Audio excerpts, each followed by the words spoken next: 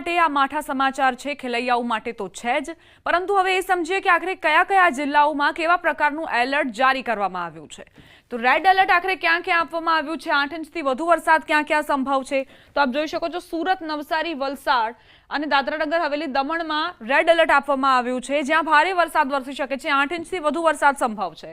Orange alert આખરે ક્યાં ક્યાં આપવામાં આવ્યું છે, તો અમરેલી, ભાવનગર, ભરૂચ, નર્મદા, છોટાઉદેપુર, તાપી અને ડાંગમાં ઓરેન્જ એલર્ટ આપવામાં આવ્યું છે, એટલે 4.5 ઇંચથી લઈને 8 ઇંચ સુધીનો વરસાદ વરસી શકે છે। 2.5 ઇંચથી 4.5 ઇંચ સુધીનો વરસાદ આખરે ક્યાં ક્યાં વરસી શકે છે તે આપ જુઓ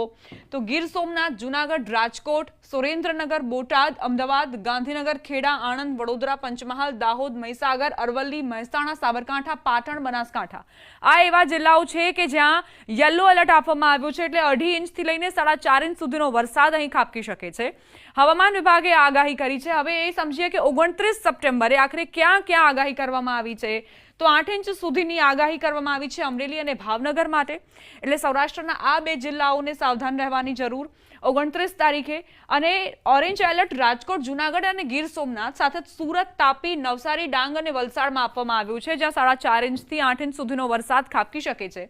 યલો એલર્ટની વાત કરીએ કે જ્યાં 2.5 થી 4.5 ઇંચ સુધીનો વરસાદ, તો કચ્છ, મોરબી, જામનગર, દ્વારકાનો સમાવેશ થાય છે, સુરેન્દ્રનગર, બોટાદ, અમદાવાદ, આ સિવાય આણંદ, વડોદરા, ભરૂચ, પાટણ, બનાસકાંઠા એવા જિલ્લાઓ છે કે જ્યાં યલો એલર્ટની આગાહી આપવામાં આવી છે। 30 સપ્ટેમ્બરે આખરે ક્યાં ક્યાં આગાહી કરવામાં આવી છે તે પણ સમજીએ તો આપ જોઈ શકો છો અહીં રેડ એલર્ટ ક્યાંય નથી આપવામાં આવ્યું, ઓરેન્જ એલર્ટ આપવામાં આવ્યું છે। દ્વારકા, પોરબંદર, જૂનાગઢ અને ગીર સોમનાથમાં ઓરેન્જ એલર્ટ આપવામાં આવ્યું છે, અને યલો એલર્ટ કચ્છ, મોરબી, જામનગર, રાજકોટ, અમરેલી, ભાવનગર અને સુરત, નવસારી,